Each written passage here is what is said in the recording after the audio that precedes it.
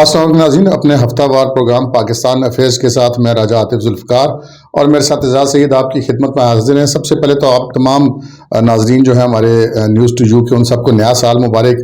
ہمارا یہ Pakistan affairs programme بھی شاہ جی نئے سال کے متعلق ہے، تو ہمارا بنیادی جو چیز ہے پاکستان کے افیئرز ہیں، اور پاکستان کے افیئرز آج کل سیاسی افیئرز بڑے گرم ہیں، کچھ دوسرے افیئرز بھی بڑے ہیں، دوسرے جن کی آڈیو لیک ہو جاتی ہے آڈیو لیک ہو جاتی ہے، بلکہ کئی تو ویڈیو بھی ایسے بس لیک ہونے کے قریب ہی کھڑی ہوئی ہیں، یہ بھی سننے میں آ رہی ہیں خبریں۔ اچھا، جو پاکستان کے سیاسی منظرنامہ ہے، سال 2022 تو بہت بڑی بڑی تبدیلیوں کا سال ثابت ہوا۔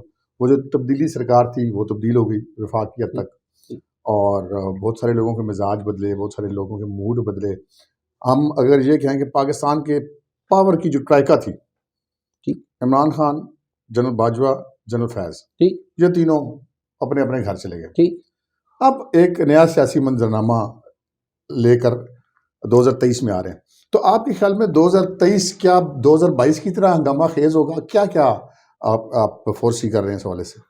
راج صاحب، میرے خیال میں 4 بڑی چیزیں ہونے جا رہی ہیں 2023 میں، کارڈز کے اوپر نظر آ رہی ہیں۔ ظاہر ہے ہم کو نجومی تو نہیں ہے کہ ہم بتائیں، لیکن جو چیزیں پنپ رہی ہیں، جو نقشہ بن رہا ہے اس کے اوپر بات کر رہے ہیں۔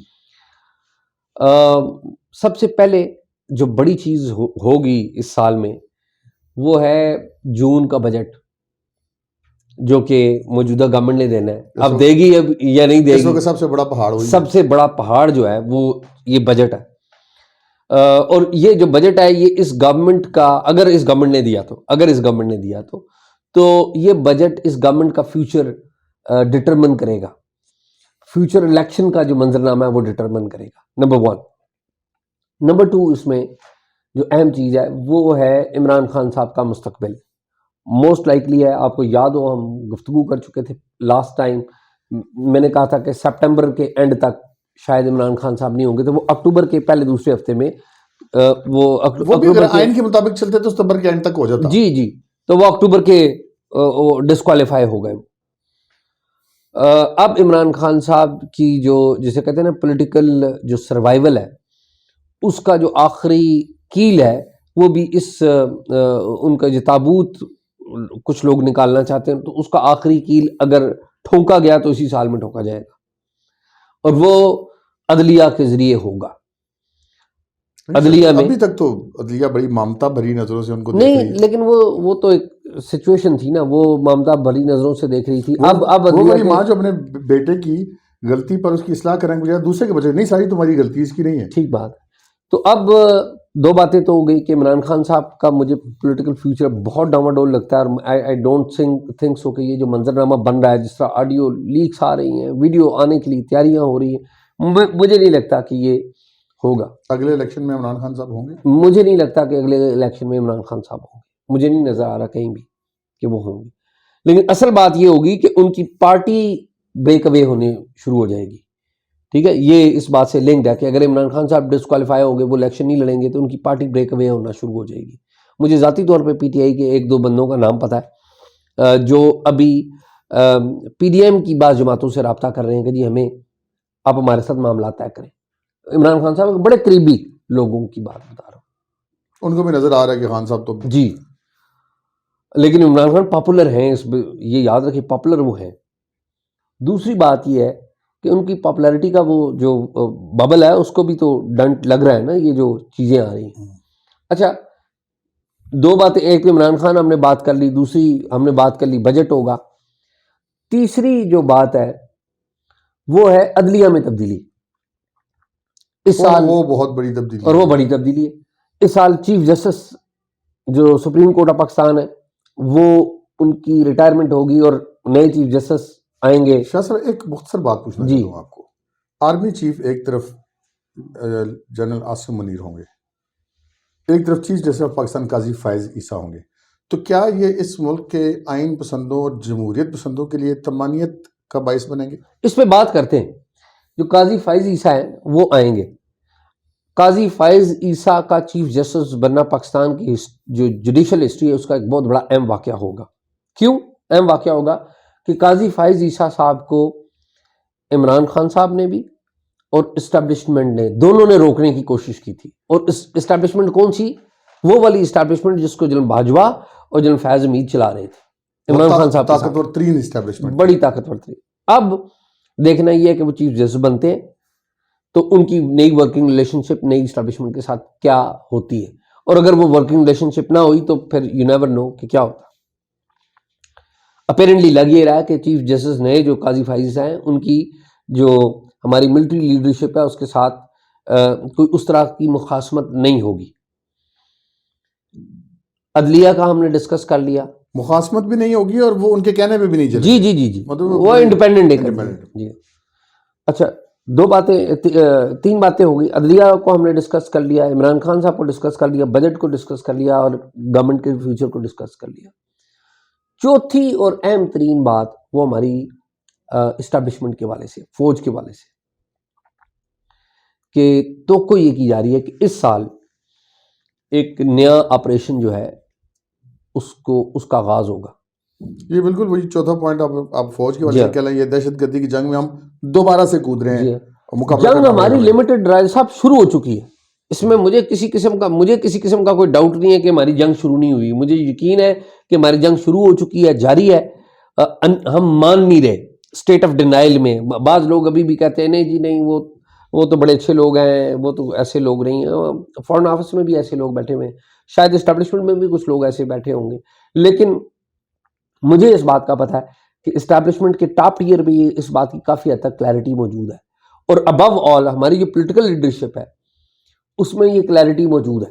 ایک چیز لیکن میرے علم میں آئی ہے جی ہاں کہ یہ جو قومی سلامتی کونسل کا اجلاس ہوا تھا 2 دن پہلے، اس میں جو ہمارے آرمی چیف ہیں انہوں نے جو کور کمانڈر کانفرنس کے سفارشات تھی وہ رکھی، اور اس میں یہ کہا کہ یہ اب جنگ جو ہمیں اپنی پوری قوت سے لڑنی ہوگی، اس میں ہمیں آپ کی طرف سے فری ہینڈ چاہیے ہوگا، اور اگر جہاں ضروری ہو وہاں پر قوانین میں بھی تبدیلیاں کی جائیں.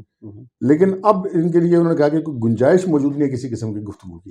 آپ کی انفارمیشن اس ایسا مجھے نہیں پتا کہ آرمی چیف نے کہا. مجھے اتنا ضرور پتا ہے کہ نیکٹا کے جو چیف ہیں Rai Tahir, national counter terrorism authority, اس کے جو سربراہ ہیں رائے طاہر، جو کہ ایکسپرٹ جانے جاتے ہیں ٹیررزم کے والے سے.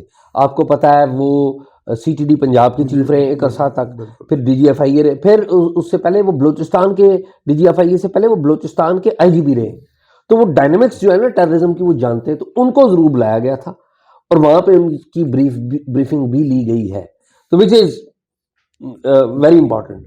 تو میرے یہ خیال ہے تو ایک تو یہ ہے کہ اسٹیبلشمنٹ کی ایک اسٹیبلشمنٹ کیا کہ پورے پاکستان ایک نئی جنگ میں جا سکتا ہے، اور ساتھ ہی ساتھ اسٹیبلشمنٹ کا کے اندر بھی ایک نئی جسے کہتے ہیں نا ایک نئے انداز سے اسٹیبلشمنٹ سامنے آئے گی. کیونکہ اب قمر باجوہ نہیں، عاصم منیر چیف ہے، اور وہ نظر آئیں گے کہ کیا وہ اے پولیٹیکل رہنے کا جو اناؤنسمنٹ ہے اس کو فلی امپلیمنٹ کرواتے ہیں یا نہیں کرواتے ہیں. تو یہ ساری چیزیں میرے خیال میں، تو میرا یہ خیال ہے کہ یہ 5 چیزیں ہونے جا رہی ہیں جو کہ ڈٹرمن کریں گی فیوچر پاکستان کا.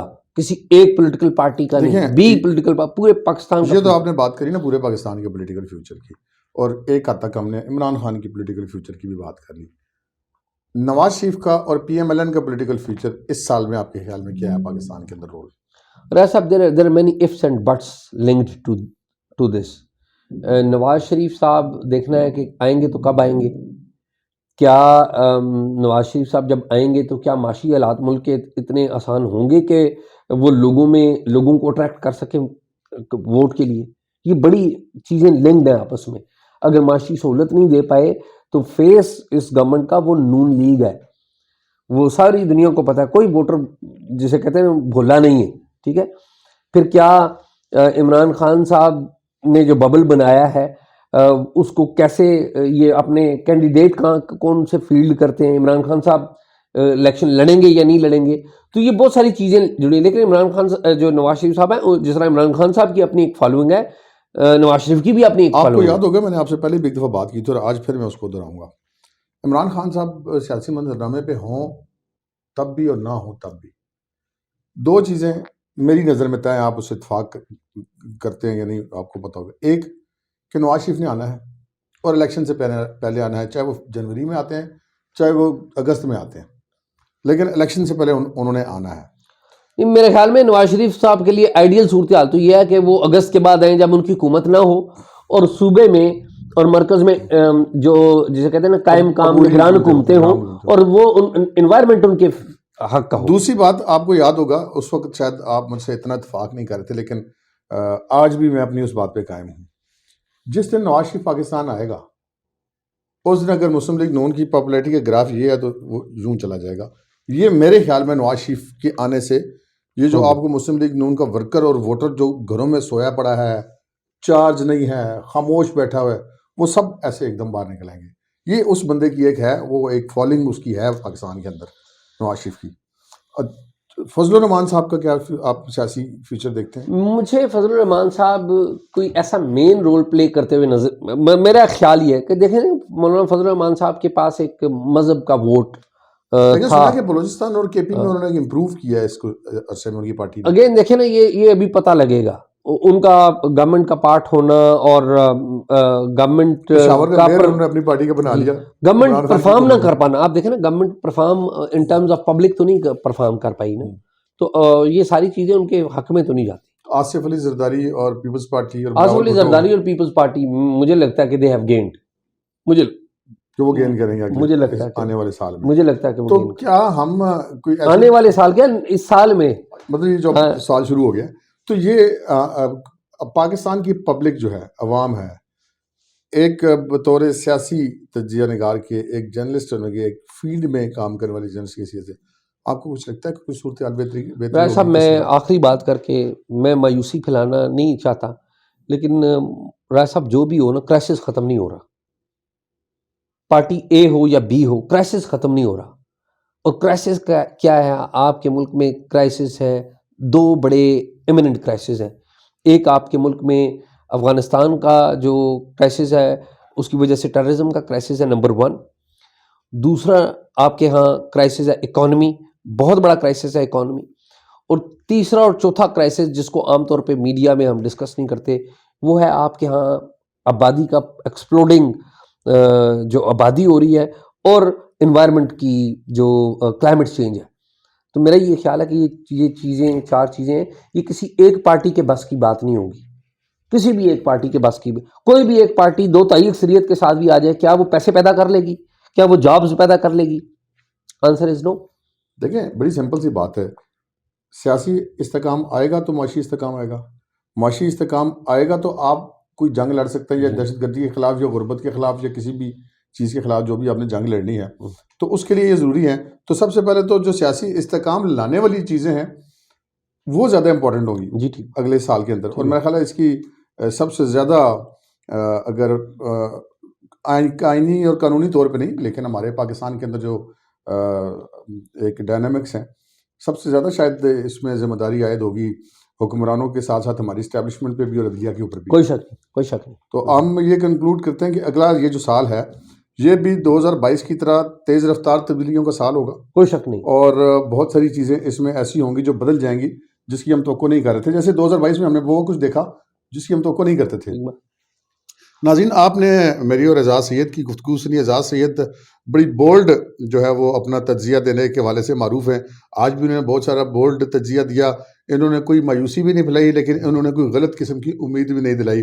اب جتنا بھی پاکستان کا فیوچر ہے وہ ہم لوگوں کے رویے پر ہے، ہماری حکومتوں کے رویوں پر ہے، ہماری اسٹیبلشمنٹ کے، ہمارے عدلیہ کے.